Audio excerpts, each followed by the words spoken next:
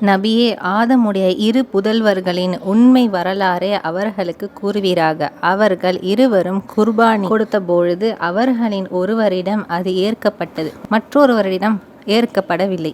நிச்சயமாக நான் உன்னை கொல்வேன் என்று ஏற்கப்படாதவர் கூறினார். உடனே தன்னை அஞ்சுவோரிடமிருந்து அல்லாஹ் ஏற்றுக்கொள்வான் என்று ஏற்கப்பட்டவர் கூறினார், என்னை கொல்வதற்காக உன் கையை என்னை நோக்கி நீ நீட்டினால் உன்னை கொல்வதற்காக என் கையை உன்னை நோக்கி நான் நீட்டுபவன் அல்ல. நிச்சயமாக அகிலத்தின் இறைவனாகிய அல்லாஹ்வை நான் அஞ்சுகிறேன். என்னுடைய பாவ சுமையையும் உன்னுடைய பாவ சுமையையும் நீ சுமந்து கொண்டு அல்லாஹ்விடம் வருவதையே நான் விரும்புகின்றேன். அவ்வாறு வந்தால் நரகவாசி ஆகிவிடுவாய், அதுதான் அநியாயக்காரர்களுக்கு கூலியாகும் என்று கூறினார்.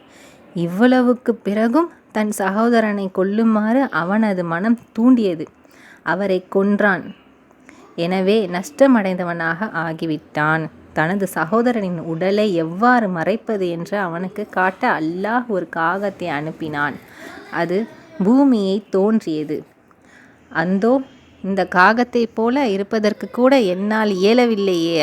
அவ்வாறு இருந்திருந்தால் என் சகோதரனின் உடலை மறைத்திருப்பேன் என கூறி கவலைப்பட்டவனாக ஆனான். கொலைக்கு பதிலாகவோ பூமி செய்யும் குழப்பத்திற்கு பதிலாகவோ இல்லாமல் ஒருவர் மற்றொருவரை கொலை செய்தால் அவர் எல்லா மனிதர்களையும் கொலை செய்தவர் போல் ஆவார் என்று, ஒரு மனிதனை வாழ வைத்தவர் எல்லா மனிதர்களையும் வாழ வைத்தவர் போல் ஆவார் என்றும் இஸ்ரேலின் மக்களுக்கு இதன் காரணமாகவே விதியாக்கினோம்.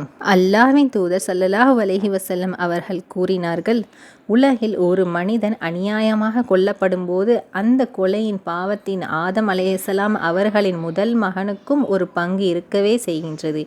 ஏனெனில் அவர்தாம் முதலாக கொலை செய்து ஒரு முன்மாதிரியாக ஏற்படுத்தி அதை வழக்கில் கொண்டு வந்தார்.